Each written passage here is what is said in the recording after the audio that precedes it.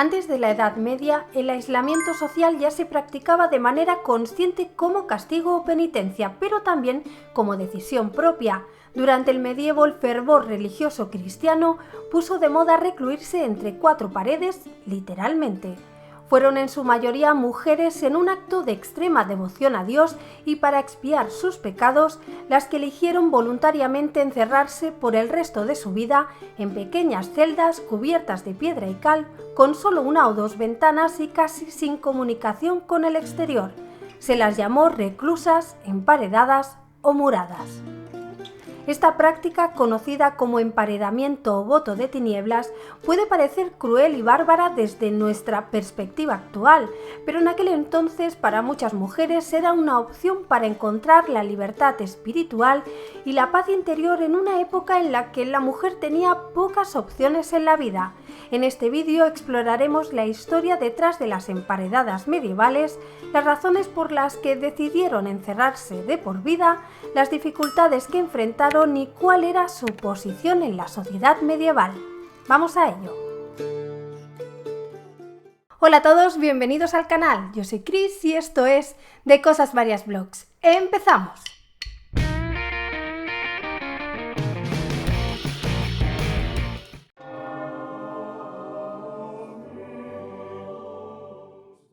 ¿Sabíais que hace muchos siglos existían personas que se retiraron del mundo material y vivían en el desierto como ermitaños?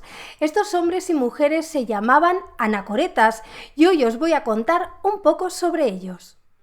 El término anacoreta proviene del griego antiguo y significa algo así como retirarse. La vida anacoreta se remonta al antiguo Egipto. Alrededor del año 300 después de Cristo, algunas personas dejaron sus vidas, pueblos y familias para vivir como ermitaños en el desierto. Los anacoretas y las anacoretas eran hombres o mujeres que optaban por retirarse del mundo material con el fin de seguir una vida de ascetismo y contemplación orientada hacia las realidades divinas. Estos hombres y mujeres del desierto, los primeros solitarios cristianos conocidos, fueron modelos inspiradores para los religiosos de la Edad Media. Para el siglo IV, las comunidades anacoretas, es decir, aisladas, ya eran un hecho. Lejos de la sociedad, se refugiaban en la montaña en busca de la paz espiritual. En muchas ocasiones, algunas personas comenzaron a practicar el emparedamiento en vida con el objetivo de alcanzar la unión con Dios a través de la meditación y la contemplación. En el siglo VI, Gregorio de Tours relató varias historias de anacoretas en su obra Historia de los francos. Una de ellas era la del joven anacoreta Anatole, emparedado vivo a la edad de 12 años, quien vivía en una celda tan pequeña que un hombre apenas podía estar de pie dentro. Después de 8 años, Anatole se volvió loco y fue llevado a la tumba de San Martín en Tours con la esperanza de un milagro. Pero pese a lo dura que era, la vida anacoreta floreció durante los siglos XI y XII. Siguiendo el ejemplo de los santos, miles de mujeres y hombres medievales se unieron a la corriente y optaron por este duro estilo de vida. Dejaron todo atrás y comenzaron a predicar la penitencia y la imitación de los apóstoles. El trabajo manual, la pobreza y la oración fueron los pilares fundamentales de su vida. Pero ¿por qué tantas personas eligieron este estilo de vida tan duro y difícil? Parece ser que el contexto histórico tuvo una gran influencia en esta tendencia. Fue una época de crecimiento demográfico y de cambios globales en la sociedad. Las ciudades se expandieron y se creó una nueva división de poderes. Durante este vuelco de la sociedad, muchas personas quedaron atrás demasiado pobres para encajar. La vida anacoreta atrajo a muchas de estas almas perdidas. La Iglesia no estaba en contra de los anacoretas, pero se dio cuenta que tenían que ser controlados de algún modo.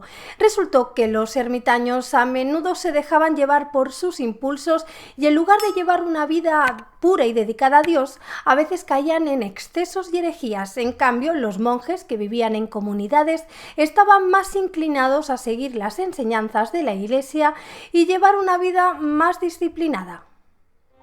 Por lo tanto, junto con el establecimiento de comunidades religiosas, la Iglesia fomentó la sedentarización de los anacoretas, mediante la creación de celdas individuales donde se recluía a los individuos, asegurándose de que el aislamiento esta vez sería bajo absoluta vigilancia de toda la sociedad.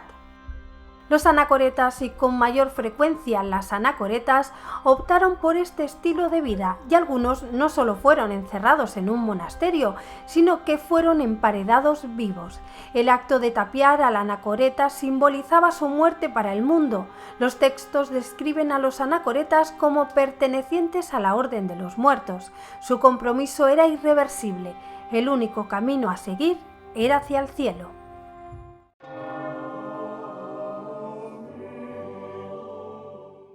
Como ya hemos visto, durante la Edad Media, el encierro voluntario de personas devotas entre cuatro paredes con el fin de hacer penitencia fue una de las formas adoptadas por el eremitismo antiguo. Esta práctica tenía un carácter voluntario y era esto precisamente lo que la diferenciaba del castigo homónimo del emparedamiento. ¿Os imagináis ser encerrados vivos entre dos muros de piedra sin esperanza de escape ni posibilidad de recibir ayuda? El emparedamiento ha pasado a la historia no solo como un acto de sacrificio, sino como una forma de castigo extremo que se realizaba para expiar determinadas faltas o delitos. Este horrible método era una forma diferente de ser enterrado vivo, con la diferencia de que en vez de estar recostado en un ataúd, al condenado se le colocaba en un espacio que era posteriormente cubierto con una pared. Finalmente moría de deshidratación o por inanición. Este castigo se practicó en distintas culturas alrededor del mundo. El emparedamiento se impuso a determinadas mujeres y, por supuesto, también a hombres por sus faltas y delitos cometidos, como en el famoso caso de Elizabeth Bathory, conocida como la Condesa Sangrienta. Fue juzgada en Hungría en 1610 por la desaparición y muerte de cientos de jóvenes y sentenciada a la reclusión de por vida en sus aposentos con las puertas y ventanas selladas, dejando solo un orificio para pasar la comida y condenada a no ver la luz del sol. Sobrevivió así por 4 largos años hasta que finalmente falleció.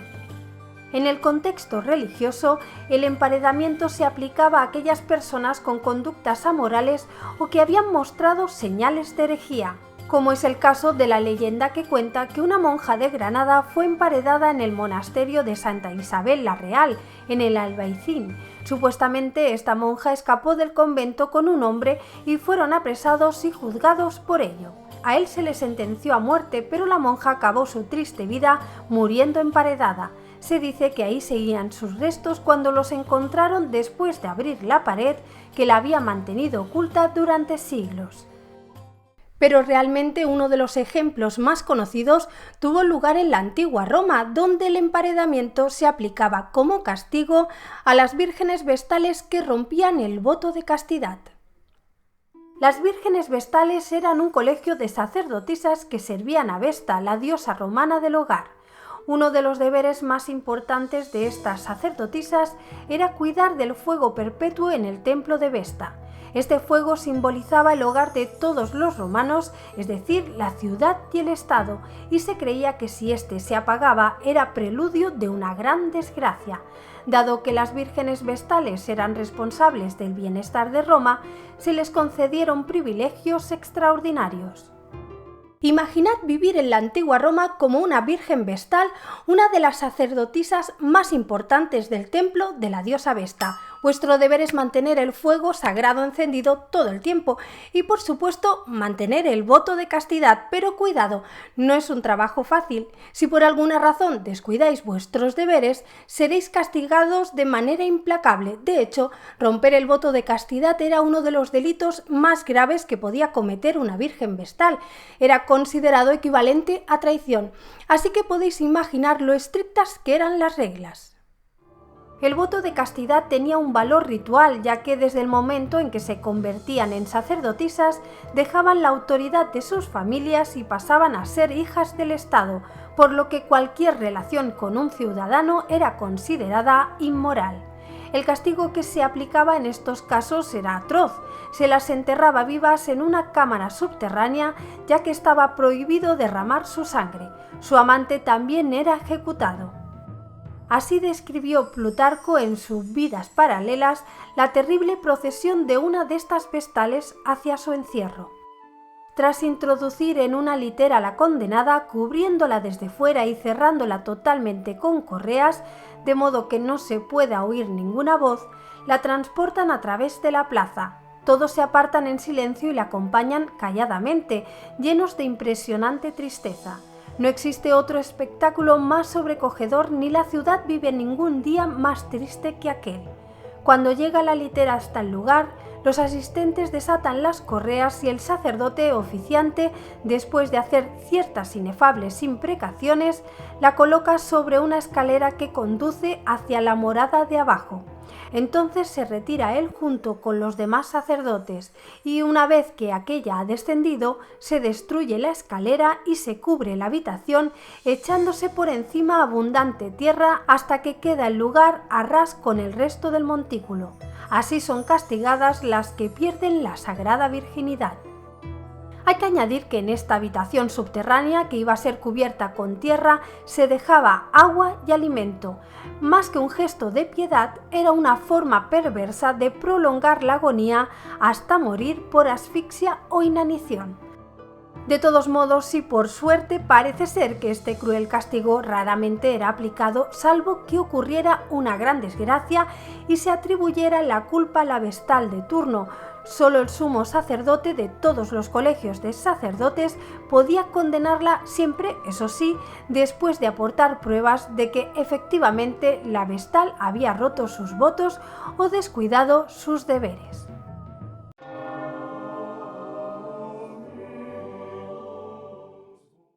¿Os imagináis dejar atrás todo lo que conocéis para dedicar vuestra vida a la oración y la contemplación? Pues durante la Edad Media y hasta finales del siglo XVII, aunque perduró más tiempo en ciertos lugares, muchas mujeres tomaron esta decisión radical y se emparedaron vivas para pasar el resto de sus días entre rejas. Ya fueran ricas o pobres, religiosas o laicas, estas mujeres creían que su fervor religioso era tan grande que necesitaban aislarse del mundo para estar más cerca de Dios. A esta práctica se la llamó voto de tinieblas. Para llevar a cabo el voto de tinieblas o el emparedamiento, una mujer debía presentar una solicitud al obispo local y aportar evidencias de que tenía los medios económicos suficientes para poder mantenerse a sí misma el tiempo que permaneciera encerrada. Una vez preparadas, las muradas o emparedadas debían realizar un ritual previo a su internamiento, en el que confesaban sus pecados y se vestían con ropa de penitente o de color negro para asistir a su propio funeral. La mujer era acompañada en procesión hasta su celda. Una vez allí, un sacerdote, en ocasiones incluso un obispo, recitaba el oficio de difuntos, que era el conjunto de oraciones que se decían en los funerales, simbolizando así el hecho de que la anacoreta estaba a punto de morir para el mundo, entrando en un espacio que se convertiría en su tumba. De hecho, parece que algunas reclusas no salían de sus celdas incluso después de morir. Las excavaciones arqueológicas de algunos de estos habitáculos han revelado los restos de personas que presumiblemente alguna vez vivieron allí. A la nueva penitente se le concedía la extremaunción y hacía voto de castidad y de clausura. Tras esto, la única puerta del habitáculo se sellaba, identificándose de esta forma la celda como el sepulcro de la murada. La celda donde permanecían estas mujeres medía entre 2 y 4 metros cuadrados y solía estar adosada a muros de iglesias, puentes, junto a los hospitales y leproserías o entre tumbas de cementerios. El habitáculo solía tener una pequeña abertura cerrada con rejas, a través de la cual recibían comida, vaciaban el orinal y se comunicaban con el mundo exterior. Las celdas pegadas a los muros de las iglesias también tenían un agujero en la pared del templo orientada al altar mayor para poder seguir los servicios religiosos y recibir la comunión.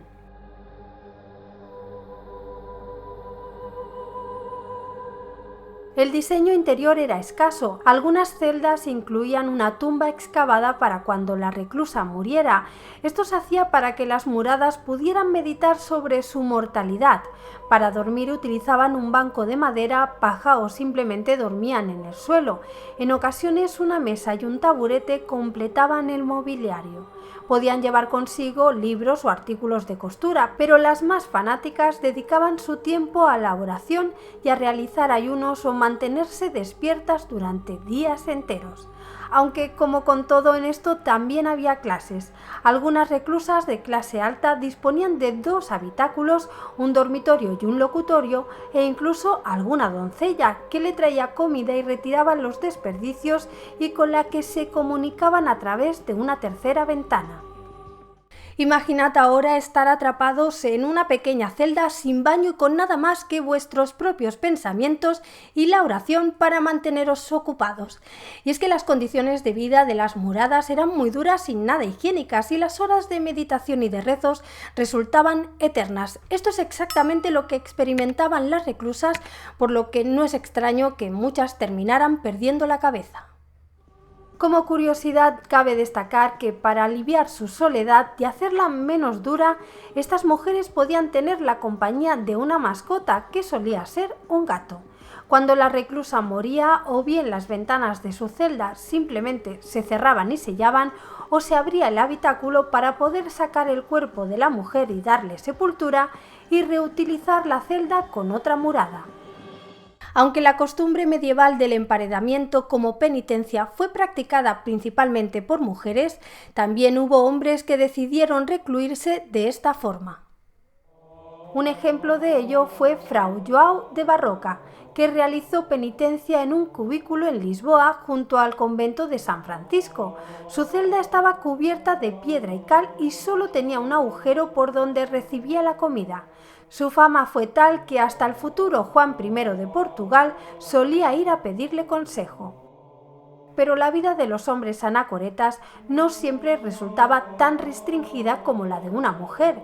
En algunos casos podían salir para viajar, e incluso algún sacerdote que vivía encerrado podía salir de su celda cada día para celebrar la misa en la iglesia.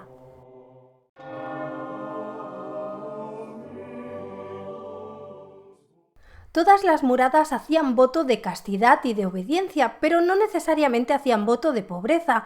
Por eso algunas de ellas podían permitirse ciertos lujos durante su reclusión. No deja de ser fascinante pensar en cómo estas mujeres encontraban maneras de mantenerse cómodas y supuestamente felices mientras vivían en un ambiente tan estricto e insano.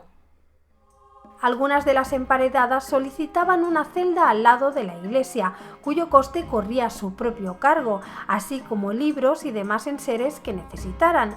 Además, disfrutaban de ciertos privilegios como la exención de impuestos en España, proclamada para ellas por los reyes católicos.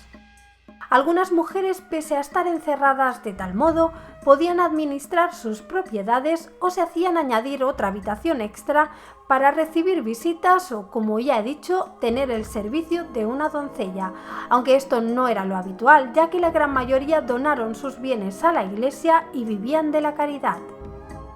Vamos a imaginar de nuevo que vivimos en completo aislamiento, casi totalmente alejados de la sociedad, sin acceso a comida, remedios o un baño decente. Eso era lo que enfrentaban las anacoretas en la época medieval. Pero aunque su estilo de vida era austero, no lo hacían completamente solas. Necesitaban la ayuda de los miembros del clero o devotos que les llevaban suministros y les ayudaban con sus necesidades básicas. Por lo tanto, dependían completamente de la caridad pública, de las limosnas, de los peregrinos y donaciones para poder mantenerse. En muchas ocasiones, las autoridades locales y los monasterios cuidaban de las anacoretas. A veces se elegían después de una investigación moral y se convertían en propiedad de la ciudad o de un monasterio. Las autoridades pagaban su comida, ropa, remedios y gastos funerarios. Incluso los reyes tomaron anacoretas bajo su protección. Carlos V, rey de Francia en la segunda mitad del siglo XIV, solicitó la presencia de la reclusa de La Rochelle. El rey la hizo venir a París y la instaló en una bonita celda debido a su santa reputación. En Inglaterra, los registros de cuentas reales muestran que ciertos reyes proporcionaron pensiones a varias anacoretas. Y es que las emparedadas eran muy apreciadas. Su difícil vida era vista como una forma de sacrificio y penitencia por la sociedad en la que vivían. Estas mujeres eran consideradas como santas. Su sabiduría y sus poderes curativos hacía que se ganaran el respeto de la comunidad y su ejemplo era utilizado para inspirar a otros a seguir una vida de santidad y renuncia. Además, la decisión de ser una murada era muy aplaudida y estaba bien diferenciada de aquellas veces a las que se imponía como castigo, algo que no era extraño que ocurriera. En la mayoría de los casos, estas mujeres se convirtieron en las receptoras de las confidencias, miedos y dudas de la población, a la que las reclusas aconsejaban desde su ventana. Solían recibir encargos de oraciones por los que obtenían recompensas en ocasiones elevadas. Existían documentos que certificaban este hecho, como en el caso que tuvo lugar en el siglo XIV, donde una dama española de origen andaluz, Leonor López de Córdoba, dejó en su testamento 10 maravedís a las emparedadas de Córdoba y Santa María de las Huertas con la demanda de que rezaran por ella. Las reclusas que tenían sus celdas adosadas a las murallas defensivas de las ciudades, generalmente cerca de una puerta, en ocasiones actuaban como consejero espiritual de los enemigos del pueblo. Una crónica del siglo XV cuenta la historia de la murada de un pueblo al norte de Francia. La mujer salvó a la iglesia local de ser incendiada por feroces soldados, rogándoles que se detuvieran en el nombre de Cristo y ofreciéndose a orar todos los días por sus almas. Las emparedadas adquirieron tanta importancia social que la ventana de su celda se convirtió en un punto de encuentro para chismorrear y socializar, pero como con todo lo bueno atrajo la atención de las autoridades eclesiásticas, quienes comenzaron a preocuparse por la influencia que las muradas podían tener sobre la sociedad. Imaginaos lo populares que eran esas mujeres. El religioso Elredo de Rieval, también conocido como San Alfredo, escribió para su hermana que se encontraba recluida la Guía sobre la vida de las reclusas, en la que se quejaba de los escándalos y abusos en que en ocasiones incurrían estas mujeres. Elredo también proponía normas sobre la alimentación de las reclusas, lo que cuestiona la idea de que solo se les daba para comer pan y agua. La Guía sobre la vida de las reclusas es uno de los tratados de la época con normas para las muradas. Se escribió en Gran Bretaña, al igual que el manual Guía para anacoretas, ya que el emparedamiento fue un fenómeno común en toda Europa. Y llegados a este punto, ¿qué opináis sobre el papel de las anacoretas y muradas en la sociedad medieval? ¿Creéis que su aislamiento fue una forma de penitencia o una forma de control social? Dejádmelo saber en los comentarios.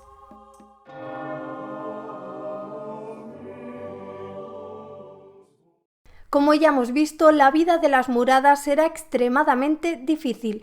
Imagina pasar todo el día metido en una celda sin poder ver la luz del sol ni el mundo exterior. Además, debían someterse a ayunos y otras formas de mortificación corporal con el fin de purificar sus almas y expiar sus pecados. Sin duda, la fe y la dedicación debió ser el motor que impulsaba a estas mujeres a superar las dificultades de su vida cotidiana.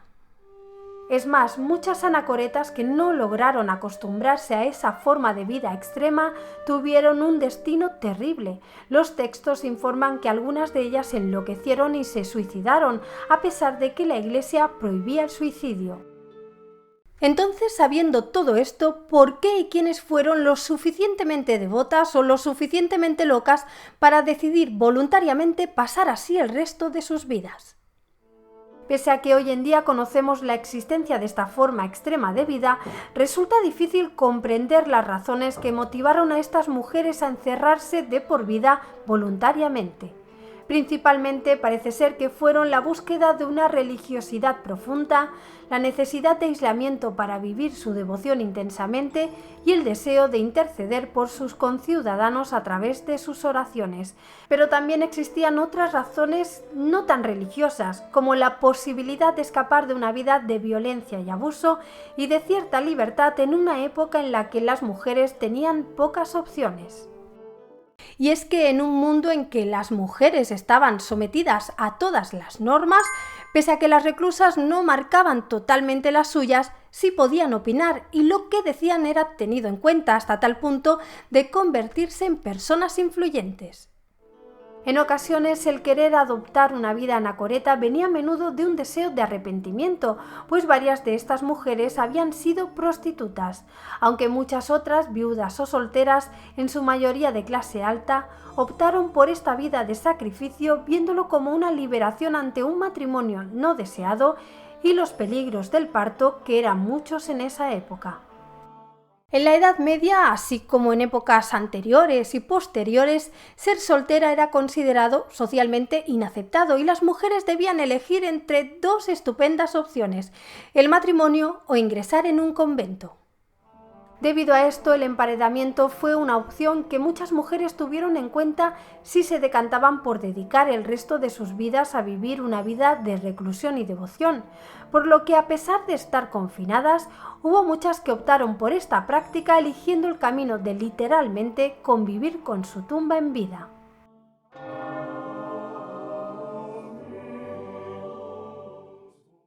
La tradición de las muradas no sobrevivió a los siglos medievales, aunque aún en el siglo XVII se documentaron mujeres dispuestas a abandonar el mundo y confinarse de por vida. La Iglesia había comenzado a cuestionar la validez espiritual de esta práctica, pero además los tiempos turbulentos y las guerras sin duda también contribuyeron. Aún así, probablemente estas no fueron las únicas razones de su progresiva desaparición. Además, a finales del siglo XV, la reclusión se convirtió en una forma de castigo. La Inquisición encerraba a los herejes de por vida. Una de las últimas reclusas del cementerio de los Santos Inocentes de París fue encerrada en una celda por haber matado a su marido. La única celda en España que se conserva original es la celda de las Emparedadas de Astorga, un pequeño espacio entre la capilla de San Esteban y la iglesia de Santa Marta que utilizaron en la Edad Media las mujeres que se emparedaban toda su vida por penitencia. Cuenta con una ventana ojival muy estrecha, cruzada por barras de hierro, única abertura para dejar entrar el aire y un poco de luz, quedando el barrote central interrumpido para que pudiera pasar un cuenco con alimentos. Esta ventana daba a la plaza y era la única comunicación que tenían con el exterior. Sobre el dintel de dicha ventana se puede leer una inscripción en latín que dice: «Acuérdate de mi condición, pues esta será la tuya. Yo ayer, tú hoy».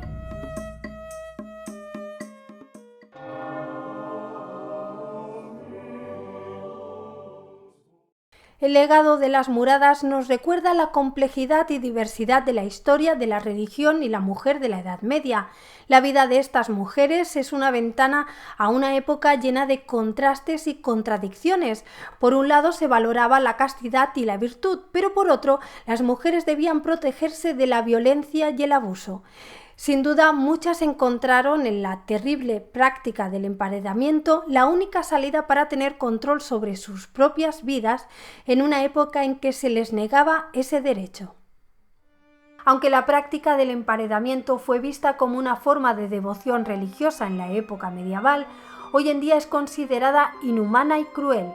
La idea de encerrar a una persona en un espacio tan reducido y sin ventilación es considerada una forma de tortura y violación de los derechos humanos. Además, las mujeres y hombres que se recluían a menudo sufrían enfermedades y otros peligros asociados con la falta de higiene y de aire fresco. Y pese a que estas personas buscaban una vida de santidad y cercanía con Dios, la vida en aislamiento extremo y en condiciones inhumanas no puede ser nunca justificada.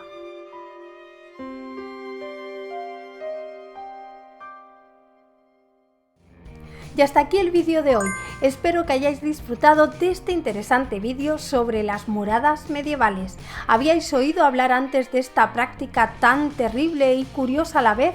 ¿Cuál creéis que fue la principal motivación de las mujeres que decidieron dedicar su vida a la reclusión y la oración como emparedadas? Me encantaría saber vuestra opinión, así que no olvidéis dejar un comentario y contarme qué os ha parecido. Y por supuesto tampoco olvidéis darle al botón de me gusta, compartir el vídeo y suscribiros al canal para no perderos ningún vídeo. Sin más me despido, muchísimas gracias por estar ahí, un abrazo enorme, nos vemos en el próximo vídeo. ¡Chao!